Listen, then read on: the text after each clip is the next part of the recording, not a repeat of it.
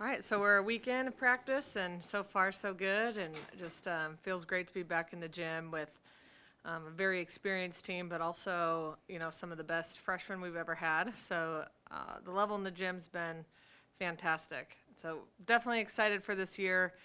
Um, when saw the preseason schedule on paper, it was a little aggressive, but I guess we're going to learn early what we're made of and how great this team can really be. Aggressive, maybe someone would look at your schedule and say it's very aggressive early too. You kind of have to do both, don't you? I mean, if you're going to have that tough schedule early, you got to give it to them preseason, and it's only going to make you better at the end. For sure. We want to schedule great and play great teams. And, that Wisconsin game got added late. So the AVCA First Serve Classic was a late addition. But it was a huge deal to even get the opportunity to play in that. So, we're looking forward to learning early. And we know if we have to beat the best to, be standing in December. Danny, it is a loaded schedule that you guys have, but also you have a loaded team on top of that. So I guess preparing for the season, knowing what's ahead and knowing that the ultimate goal would be to end the year at the Center, what is your team doing right now to get themselves ready for those games that matter early on? Well, luckily we got to start, a few days early this year because of the AVCA showcase. So that was a little bit of an advantage. It's crazy. You think 3 days isn't that big of a deal, but that really ends up being about 6 practices. So you can get quite a bit done. And really, as you go into week 2, hit the ground running and really ramp things up. So we've been kind of just going a little bit harder and trying to figure out our system. And this year it's not about talent on the team. It's like putting the talent together to figure out, what is best now, because we know we have to win these games. It's important for our seed, but also what system can develop us to be the best going into the tournament in December. And you've built a winning product here over the last few years. So to continue to keep that going and ultimately get to that upper echelon to be one of the elite teams in the country, I mean, you guys, it seems, are on the right track there. From your perspective, what can you guys do to continue to keep moving upward and ultimately get to that potential national championship type run? It takes a little bit of luck at this point. A lot of people have asked about where we stand across the country, and I would say, the top 10 teams, most of them have everybody back from last year. This is going to be a really exciting year of volleyball, super competitive. Some players that will probably be in the Olympics one day will be competing this year in NCAA. So we're going to need a little bit of luck, and honestly, it's going to probably come down to the best team and culture, because the talent's going to be pretty even across the board. So what team is the toughest and which team plays together the best? Coach, with the addition to the league, obviously 3 squads coming in, what you know about them, who you kind of fear out of them, what about them? Stanford's one of the most storied programs in the country, so they're pretty good. SMU, I feel like, is very, on the rise, and they got a ton of great transfers, and they're very excited about where their volleyball program's headed. And then Cal, they have been in the Final Four in the last decade, so they might not have been successful the last couple years, but they have a history there and a program that has been successful in the past. You talked about your talented freshman class. Are there multiple freshmen that might be able to contribute pretty soon? It's interesting, because I do think they'll contribute. I don't know if they'll be playing, key roles, but we're going to need them to have roles, and they could end up being on the court for some really big points. So it's very exciting class to add to a talented group, and it just feels like we don't have to rely on one player or 1 or 2 players. And if somebody needs a break or needs some rest, we'll be able to do that and not miss a beat. So hopefully that pays off when we get to December of having our strongest, healthiest team.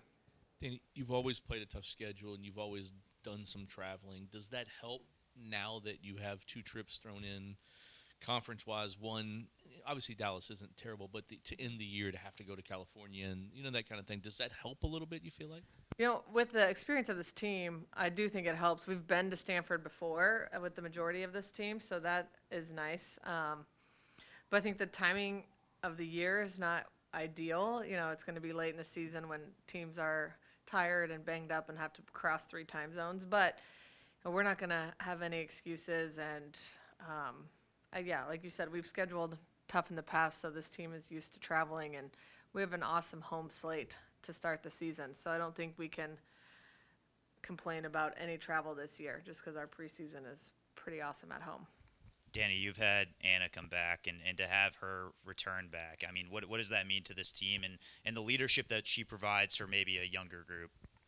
Yeah, it's huge. So we wouldn't be probably talking about a Final Four as much if Anna decided not to play her 5th year. So it's huge for our team, huge for leadership. And some of those freshmen, are in the same position as Anna. So just for them to be able to learn from her for a year and not have to take on that, starting role will be huge for their development. So, of course it's a huge advantage for this season, but, the fans or even our team don't really understand that it has a lasting impact. So again, very excited. And, I think that having the Final Four in Louisville was a big deal, and something, if she would have even balked at it, I would have been like, this is a once in a lifetime chance. So you got to come back. And if we didn't have a chance to make it, maybe that'd be a different story. But I think she believes we have a chance to make it, and it would be a pretty amazing way to end an amazing career. Reese came onto the scene as a freshman last year, strong in the NCAA tournament. So how has she looked so far this season? What role do you think she'll be playing, as the season goes along?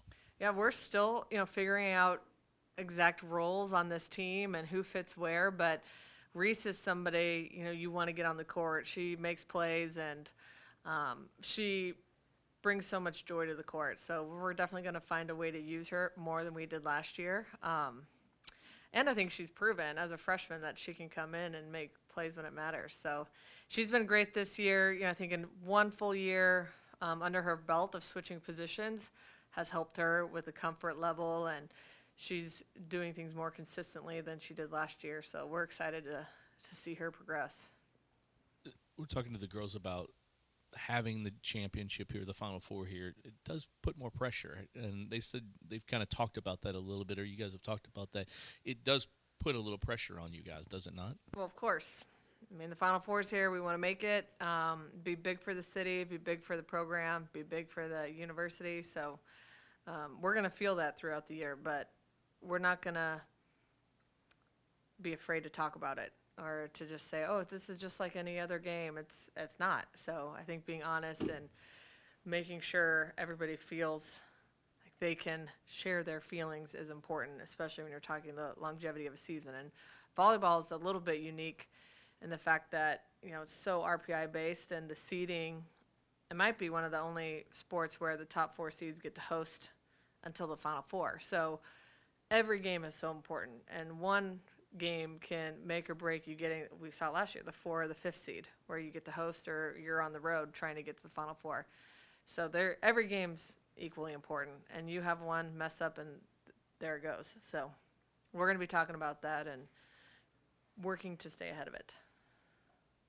One last Anna question. When you look at this university, there's always athletes that are kind of the face of, there's a couple now, and I think she's one of those. What's it like to have a local to be that kind of draw, that person? And obviously you said it's big for leadership to have her come back, but just to have her, the talent and kind of the whole package.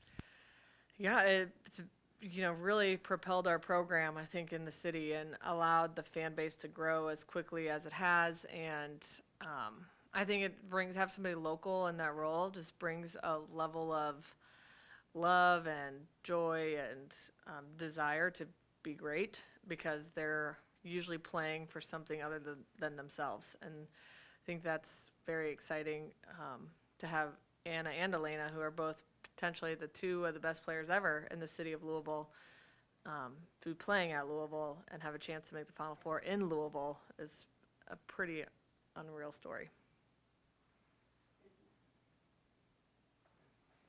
All right, thank you guys.